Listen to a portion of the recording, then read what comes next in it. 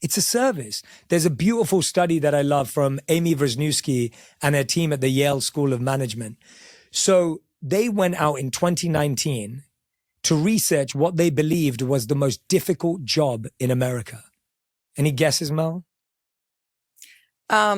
Psychologically or physically? Well, they just went out to think what was the most difficult job. Probably teacher. Yeah, that was up there. Or public servant. I don't know. All up there. The one that they decided on was hospital cleaner, because they believed that these people not only have to wash bed sheets, pillows, floors, toilets, plates, they have to wash up after people pass away.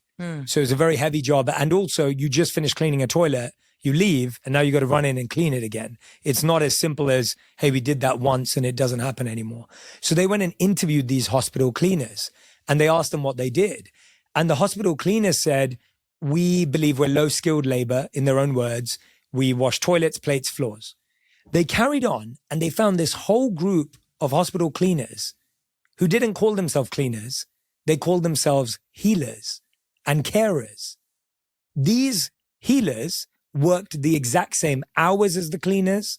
They worked the same shifts. They worked the same hospitals. They got paid the same amount, but they were happier, more purposeful, and more productive. So they asked them, why do you call yourself healers? They said, and this blew my mind, like every time I think about this, it really makes me emotional because it's so powerful. They said, we believe that a clean hospital is integral to the healing journey of a patient. We think that when the hospital is clean, people have more dignity at a time of difficulty. We believe that when the hospital is clean, that people's families will spend more time with them.